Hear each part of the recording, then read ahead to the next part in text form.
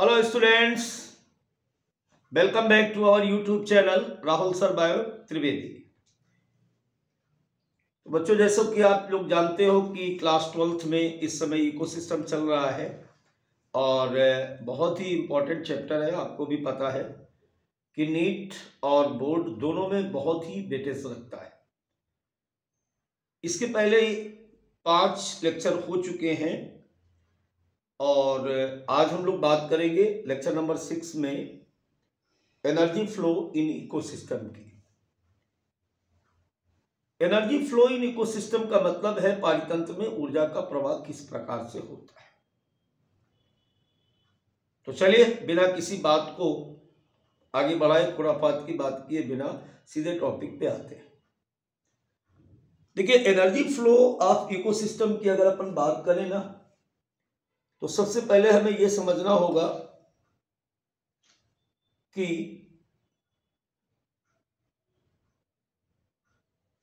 ये ऊर्जा प्रवाह है क्या। ऊर्जा प्रवाह किसे कहते हैं? ऊर्जा प्रवाह एक ऐसी घटना है जिसके अंतर्गत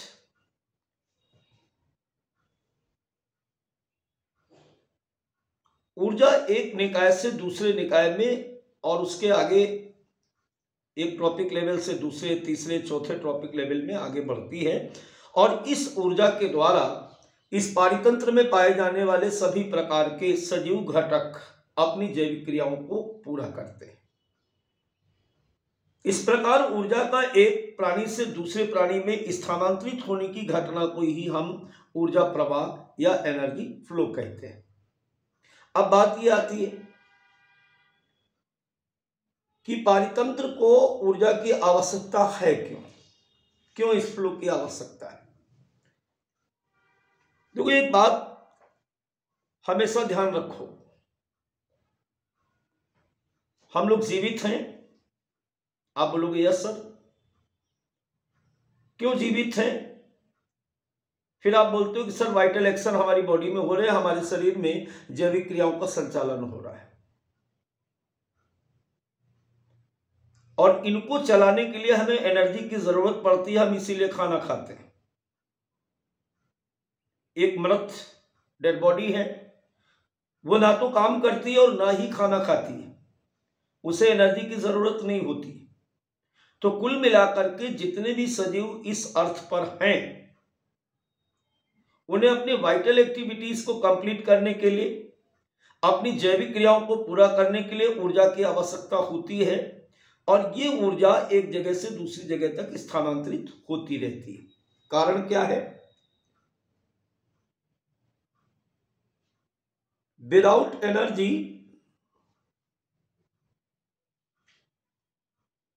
नो फंक्शन।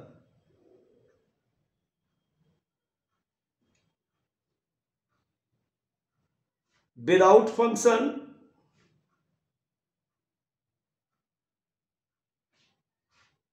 No life. यानी ऊर्जा के बिना जीवन संभव नहीं है। सो every livings in an ecosystem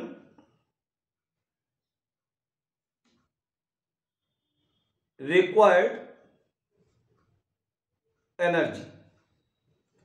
इसलिए सभी प्राणियों को ऊर्जा की आवश्यकता होती है। ये कोई चुनाव का या इलेक्शन का स्लोगन नहीं लिखा है। Is the fact of the life, is the fact of the ecosystem. अब बात यह आती है एनर्जी आती कहां से। किसी परचून की दुकान पे जाओ, तो 1 किलो एटीपी दे दो, डंडा मारेगा, क्योंकि एनर्जी कहीं बाजार में नहीं मिलती। फिर सर एनर्जी आती कहां से? इस बात का आंसर आप नई स्लाइड पे देखेंगे। Except for the deep sea hydrothermal ecosystem, the sun is the only source of energy for all ecosystem on earth. गहरे समुद्र को अगर हम छोड़ दें तो इस पृथ्वी पर जितने भी प्रकार के इकोसिस्टम है, पारितंत्र है, उन सभी को ये एनर्जी सूर्य से प्राप्त होती है। दो बातें थी, पारितंत्र में रहना है, अगर जीवन को जीना है तो तुम्हें एनर्जी की जरूरत पड़ेगी। क्वेश्चन आया कि एनर्जी आती कहां से है बच्चों, तो ये एनर्जी आती है सूर्य से। Only source of energy for the all ecosystem on the earth, कौन? सन।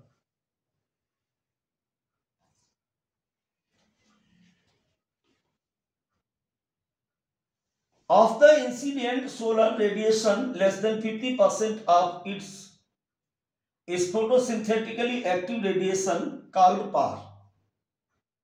इस बात का मतलब जरा ध्यान से समझना। अब मैंने कहा कि सूर्य से सभी को, जितने भी इस पारितंत्र पर हैं, सभी को सूर्य से ऊर्जा प्राप्त होती है, ये बात आपसे की गई। अब वो जो छोटी सी बात थी उसको जरा इस तरीके से समझें। इंसिडेंट सोलर रेडिएशन यानी सूर्य से आने वाला प्रकाश का जो 50% भाग है, which is absorb by the gas, water, vapour, reflected by clouds, scattered by the dust particles. 50% तो बेकार ही चला गया। जो सूर्य से टोटल एनर्जी आ रही थी फोटॉन्स के रूप में, इलेक्ट्रोमैग्नेटिक वेव्स के रूप में, उसका 50% भाग गैस में, जल वाष्प के रूप में, बादलों के द्वारा, डस्ट पार्टिकल्स, धूल के कणों के द्वारा वेस्टेज चला गया। ये हमारे लिविंग सिस्टम में प्रवेश नहीं करता है। अब बात करें उस 50% की, 50 तो बेकार हो गया। अब बात करें 50% की। इनमें से जो 50% है वो फोटो एक्टिव रेडिएशन कहलाता है। इसी को हम शॉर्ट फॉर्म में पार कहते हैं। कितना है?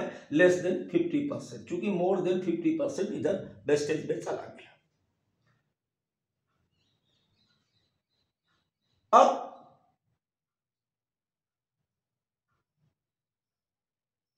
जो सूर्य का प्रकाश से 50% आया, उसका केवल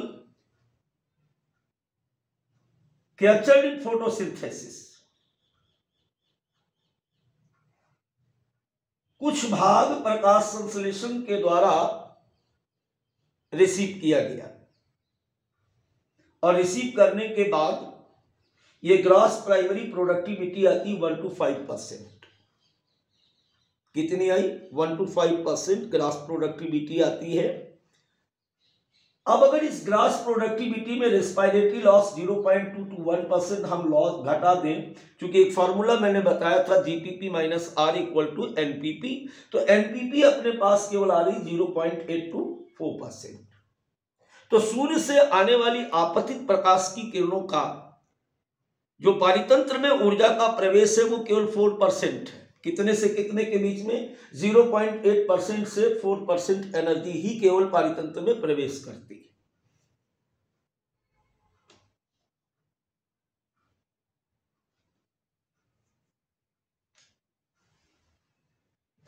जैसा कि मैं अभी बात कर रहा था कि plant capture only 2 to 10% of the power and this small amount of energy sustain the entire living bird.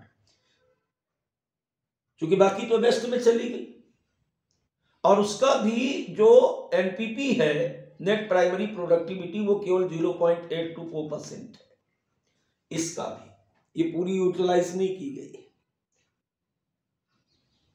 इतनी बात क्लियर हो गई, हमें पता चल गया कि लिविंग तंत्र में, पारितंत्र में, इकोसिस्टम में ऊर्जा कहां से आती है? सूर्य से आती है। कैसे प्रवेश करती है? प्रकाश संश्लेषण के द्वारा प्रवेश करती है, और एनपीपी के रूप में जो एनर्जी होती है वो अब फ्लो करेगी। अब वो फ्लो करेगी। अभी तो बात ये थी, अब बात यह थी एनर्जी फ्लो कैसे करती है। देखो एनसीईआरटी आगे लिखती है यहां पर, यह एक क्वेश्चन है कि क्या पारतंत्र में जो ऊर्जा का प्रवाह है वो प्रवाह ऊष्मागतिकी के नियमों का पालन करता है या नहीं करता? पहले तो ये दिमाग में। तो भाई साहब बता दूं साफ साफ कि ऊष्मागतिकी के नियमों का पालन यहां भी किया जाता है। कहां पे? लिविंग सिस्टम में जो एनर्जी फ्लो है वो भी थर्मोडायनामिक्स के नियम नंबर फर्स्ट और सेकंड दोनों को फॉलो करता है। अब हमारा नियम नंबर फर्स्ट क्या कहता है? The first law of thermodynamics क्या कहता है? यह नियम हमेशा एक बात कहता है कि ऊर्जा को ना तो उत्पन्न किया जा सकता है ना नष्ट किया जा सकता है, यह केवल एक जगह से दूसरी जगह में स्थानांतरित होती है। यह आपने पढ़ा, फिजिक्स में पढ़ा, केमिस्ट्री में पढ़ा, आज बायोलॉजी में भी पढ़ लीजिए कि एनर्जी को ना तो हम जनरेट कर सकते हैं ना डिस्ट्रॉयड कर सकते हैं, ये केवल फ्लो करती है, एक ट्रॉपिक लेवल से दूसरे ट्रॉपिक लेवल में फ्लो करती है। Living beings are the natural proliferations that depend on the continuous inflow of concentrated energy. Further, ecosystem are not exempted from the second law of thermodynamics. It says that no process involving energy transformation will spontaneously occurs unless there is degradation of energy. पहला नियम आपको समझा दिया गया। दूसरा नियम क्या कहता है? दूसरा नियम कहता है कि it says that energy may transfer from one form to another form but it is neither created not destroyed. ना तो उत्पन्न की जा सकती है और ना ही हम इसको नष्ट कर सकते हैं। The energy that reaches earth is balanced by the energy that leaves the surface of the earth is invisible heat radiance. Without energy transfer, there could be no life and ecosystem. दोबारा से समझे हमने क्या कहा? Question ये था, क्या पारितंत्र ऊष्मागतिकी के नियमों का पालन करता है? यस। कैसे? पारितंत्र में भी ना तो ऊर्जा को उत्पन्न किया जा सकता है और ना ही नष्ट किया जा सकता है, लगातार एनर्जी का फ्लो होता है। दूसरी बात, जब एनर्जी एक फॉर्म से दूसरे फॉर्म में चेंज होती है,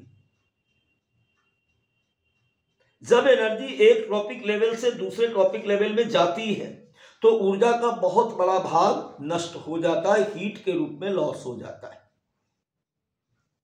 Without energy transfer, there could be no life and ecosystem. अगर ऐसा नहीं होगा, अगर ऊर्जा का प्रवाह नहीं होगा तो क्या हो जाएगा? ना तो इकोसिस्टम होगा और ना ही जीवन होगा। उतनी देर से एक ही बात कह रहा हूं, ये वाली बात भी आपको समझा दी गई, ये तो केवल नोट्स बनाने के लिए होता है। As per the second law of thermodynamics, the energy dispersed in the form of unavailable heat energy and constitute the entropy energy lost or not available for the working a system. बात वही है कि एक step से energy जब दूसरे step पे आती तो उसका बहुत सारा भाग हीट के रूप में लॉस हो जाता है, और वो क्या लिखा है? एंट्रोपी। एंट्रोपी का मतलब क्या है? कि ऐसी ऊर्जा यानी हीट के रूप में ऐसी एनर्जी का लॉस होता है जिसको वर्किंग सिस्टम में, लाइफ सिस्टम में हम यूटिलाइज नहीं कर सकते।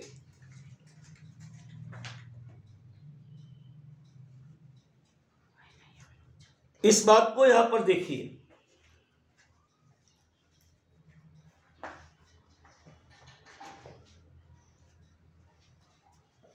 जो मैं बात कर रहा हूं एनर्जी फ्रॉम सन, यहां पर कहां आ गए हम? प्रोड्यूसर के पास आए। सपोज करो कि इसने 10,000 किलो कैलोरी एनर्जी कैप्चर करी। फिर जब यह हर्बीवोरस के पास यानी रैबिट के पास गया तो यहां पर हीट लॉस हुआ, यहां पर केवल 1000 किलो कैलोरी गई, यानी यहां पर एनर्जी कितनी लॉस हुई? 90%। अभी बात क्या की जा रही थी कि जब एक ट्रॉपिक लेवल से दूसरे ट्रॉपिक लेवल में हम जाएंगे तो एनर्जी का एक बहुत बड़ा भाग, हम बाद में 10% लॉ कराएंगे, डिस्ट्रॉय हो जाता है। फिर आगे चलो, अब प्राइमरी कंज्यूमर से जब सेकेंडरी कंज्यूमर्स में जाते हो तो फिर 90% यहां से गायब हो गया। जब 90% गायब हुआ तो यहां पर कितना बचा? 100 किलो कैलोरी, इसी तरीके से टर्सरी कंज्यूमर तक 10 किलो कैलोरी ही जा करके बचता है।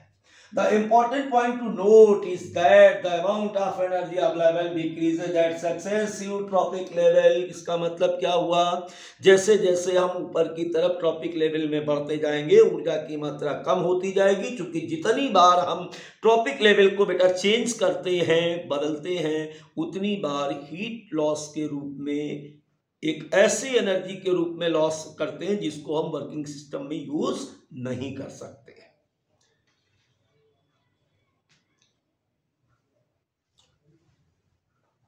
अभी पीछा नहीं छूट रहा, ये तो जीवित की बात हो रही। अब जब आदमी मर गया, animals die, when an organisms die it is converted to detritus और dead biomass that serve as source of energy for decomposers.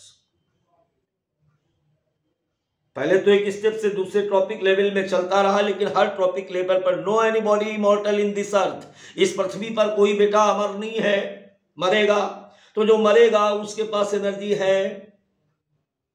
Sir मरने वाले के पास कैसे एनर्जी? अबे जितना शरीर वेट है, ये इतना तुमने बायोमास कलेक्ट कर रखा है, ये वापस करना पड़ेगा। किसे जहां से लिया था, लिया कहां था? अर्थ से।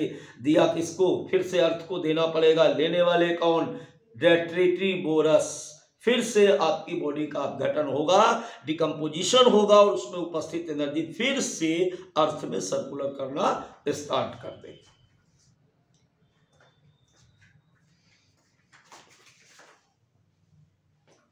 Organism at each tropic level depend on those at the lower tropic level for their energy demand।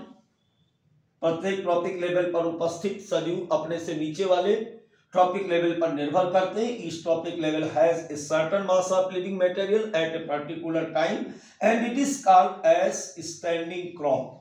टिप्पणी पूछी जाती है कि स्टैंडिंग क्रॉप किसे कहते हैं। ध्यान रखें, किसी भी ट्रॉपिक लेवल पर उपस्थित सजीव पदार्थ की, दोबारा से सुनो, एक निश्चित समय अंतराल में किसी स्थान विशेष पर उपस्थित समस्त सजीव पदार्थ की मात्रा स्टैंडिंग क्रॉप या सस्य फसल या खड़ी फसल कहलाती है।